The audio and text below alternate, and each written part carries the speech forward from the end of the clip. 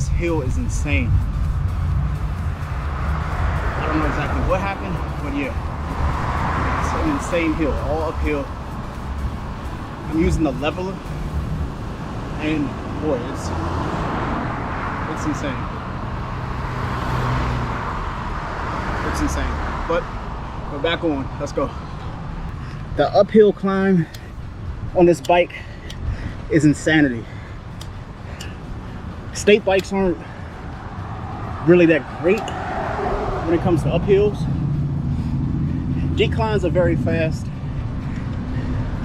Corners fast. Regular roads fine. But these main roads, Jesus Christ. It's insane. I may have to turn back around because I'm out of actual bike lanes. So let's see. Coming back soon.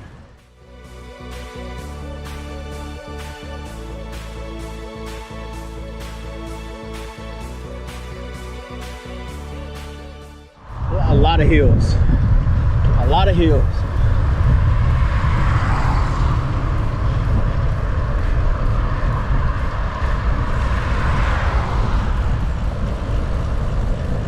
All right. Let's see how this goes. I'm gonna take a main road on the Hero9. As you can see, there are bike lanes. I try to abide by the law as much as possible. There are shared streets here. The issue is a lot of roads are closed. As you can see, it's a lot of hills where I live. A lot of them.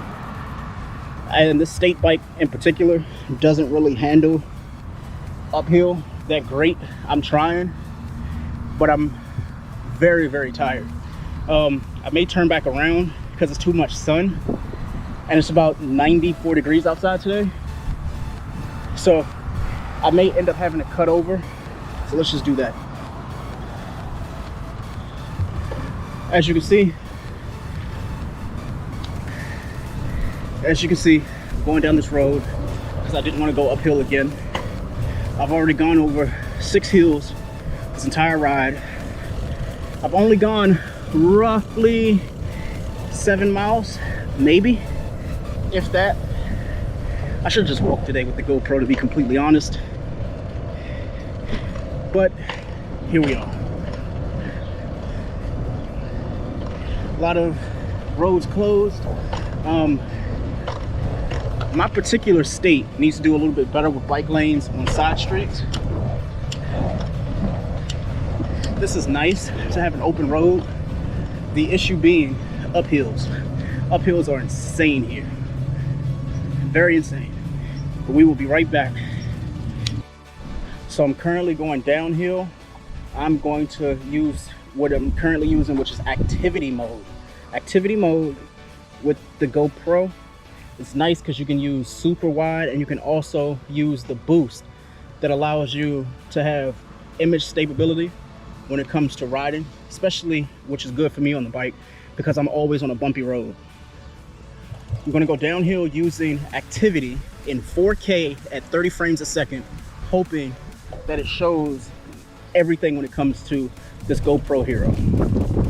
I won't talk through it so you can actually hear the sounds, the ambient noise in the background, as well as the speed. I'm gonna go roughly 12 to 15 miles per hour.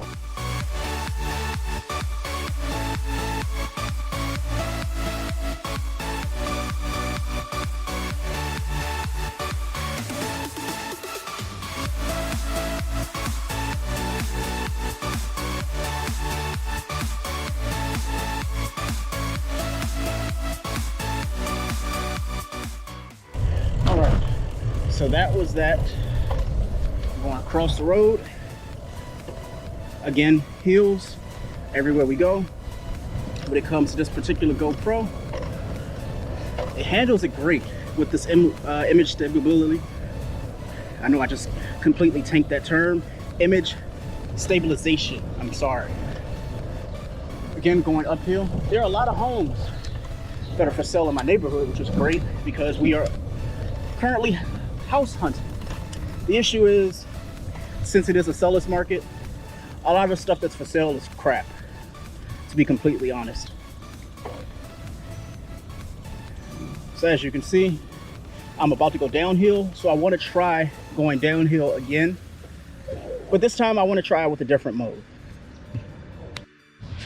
So right now we're going to go in cinematic 4K 30 frames per second with image stability again. And again, ladies and gentlemen, I tanked image stability because I think I'm developing a lisp in my old age, but here we go. Usually I take the back road, which is 2 more hills, which is more calories burned for me. And I'm gonna watch it because there are a lot of cars that come out on each side. Luckily with the GoPro, you're able to move to the right with this camera that I'm using, so I can easily turn that way and turn again, which is great. But you have to use a third-party accessory that I purchased on Amazon, and it seems to do the trick. So this is me going roughly about 14 miles an hour with my GoPro, and you see there's a car coming. The home that I wanted was on my right, and it sold for $62,000 over market value, which is very interesting in itself. I'm sure you didn't really need to know that, but alas. Again, that was cinematic. I wanted to go around the turn to just show how cinematic things can be with this GoPro. I'm sure it would be better in actual action sports, but for me, simply riding my bike, it is pretty good. Hey there, so this is Greg again with Gear Diary. This right now I'm shooting in cinematic 4K 240 frames per second. I believe it says 240. I have to go and double check that just to make sure that I'm saying it accurately. I'm going to get back on the bike. Currently my battery is roughly 68%. I have videoed in 4K, well I've recorded in 4K for roughly 18 to 20 minutes. And as you can see, I'm facing my camera. Luckily, GoPro allows you to have a front-facing video, which is pretty dope. The camera lens itself, I do have covered with a glass screen protector, just in the event that, you know, it drops, or I have a bike crash or something of that magnitude. As you can see, you know, it does capture in cinematic a lot, you know, facing to the left of my bike, as well as the right, hoping that I don't get any addresses. My apologies if I do. The battery itself is nice. The memory card is good. It's telling me that I have about 8 hours of recording time, which is great. That gives me enough for, honestly, if I wanted to go on a bike ride or go hiking, I could probably record in 4K for roughly 3.5 of those 8 hours. I just don't think 4K would last with this battery life, because right now, I told you, 20 minutes, I went from 100% to 68% filming in 4K. And I'm doing roughly 1 minute to 2 minute clips per. So let's just hope that, you know, when I get to this next video, I'm gonna do slow-mo. Slow-mo at 1080p, 240. Let's see how that works. We'll be back. We're currently filming in activity mode, 4K, 30 frames per second. Let's see how this goes. We're gonna go downhill for this one because I'm tired. I'm very tired. I've been filming for the past hour and a half trying to get somewhat decent footage, avoiding, honestly, a deer. That's why I didn't go the way that I came, as well as, honestly, just taking a break, ladies and gentlemen. So again, this is me going downhill. Strava is only telling me I'm going about 7 miles per hour, which it could be true. Now it's saying I'm going 20. Strava is dangerously inaccurate when it comes to speed, so be careful when you're reading Strava.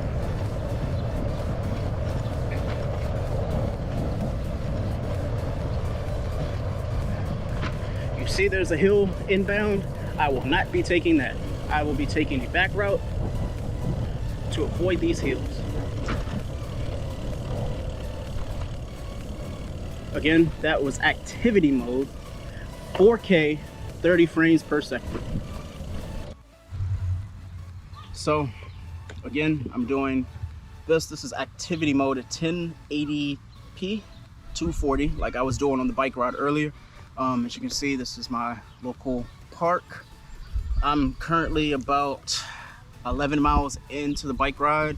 took some shots for my review of my state bike. Shout out to State Bicycle for the bike I'm currently reviewing. That will be in a review as well. The GoPro, particularly the one that I'm using, this GoPro Hero9, I'm very impressed with it, mainly due to the fact that I've never used a GoPro. I've used 2 knockoffs from Amazon. I won't say their names, and I have been in a position where I've seen GoPros be used for skiing, horseback riding, and my father actually uses his as well. What I couldn't tell you, he's not the most active person, but my GoPro that I plan on using it for going forward is everything. It's a nice pocket camera to use for when I'm reviewing products, taking photos, and I don't want to carry around my phone, which is absolutely fantastic. Then when it comes to actually using for my bike rides, I do like it. There are accessories that you have to buy that I personally would just go to Amazon and buy them, because GoPro's products themselves and their accessories are on the pricier side, which I'm not too fond of. So I try to get third party that are highly rated on Amazon. And the reason why I do that, I bought a C-Ski bike mount, which cost me maybe $12 on Amazon, that I'm currently using, and I enjoy. It's actually a part of this review here. But overall, when it comes to GoPro, I've been very, very impressed. I haven't had a chance to really deal with the iOS app. Sorry, I got cut off for a second, but I haven't had a chance to actually use the GoPro app that comes. Sorry, there's bugs and everything around here, and I'm sweating, so go figure.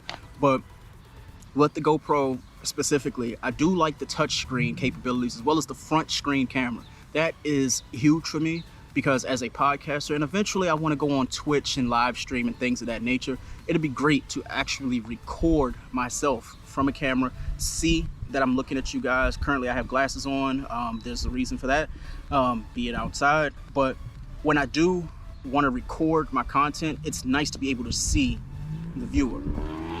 I love that. It's great to know that, you know what, I'm in frame, I'm looking right ways, I'm going and showing off my surroundings to you guys as I'm recording. One caveat to me personally, when it comes to the actual GoPro camera, has to be the battery life. You figure it's something you can throw in your back pocket, so the battery's not going to last long. But if you're shooting in high res, say, 4K, 1080p at a certain frame rate, the battery is going to die fast. So I would have to carry 2 batteries, possibly 3, if I'm going on a long, extensive bike ride that I want to mount my bike with the GoPro and record, especially in 4K. Shout out to MKBHD. I know for a fact that he shoots in 4K for everything. I would love to do the same thing, and GoPro gives me that capability. I'm not the biggest action sports individual, but I do heavily enjoy using my GoPro. I plan on using it for the future. I plan on using it for things such as my daughter's birthday. When I take her to the park, it's nice to, get away from the phone, not have your iPhone in your pocket or on your side, just honestly capturing moments. I would tell anybody who's listening to possibly buy the highest capable mini SD card, because that's going to matter the most when it comes to recording. I personally use 256 gigs, but I think this goes up to 500 or maybe a terabyte. I'm not sure. I will go and fact check that later, but I do enjoy the fact that I can actually record with a high, compatible SD card. I just say to anybody, please just go and, don't get the 64, don't get 128, because by the time you start filming in 1080p and 4K, you're going to want more storage. And the more you record, you may actually forget that you have files on your GoPro. I've noticed that myself. I've forgotten the fact that I do have items sitting on my GoPro. So do not forget to check your SD card after. Maybe plug in the GoPro after you go on a bike ride or a hike or any sports and activities that you do, and just check the memory card to make sure that 1, the file is there, and 2, make sure that you can convert that file. The higher resolution means that you may or may not end up having adequate footage. It might not work. It's like my iPhone that does HEIV. I think this does the higher the resolution, it has a file that can only be recognized on certain platforms and certain OS systems, such as I think Mac High Sierra for some. So just be mindful of that when you do record in higher resolutions. With that being said, I'm going to get back to this bike ride.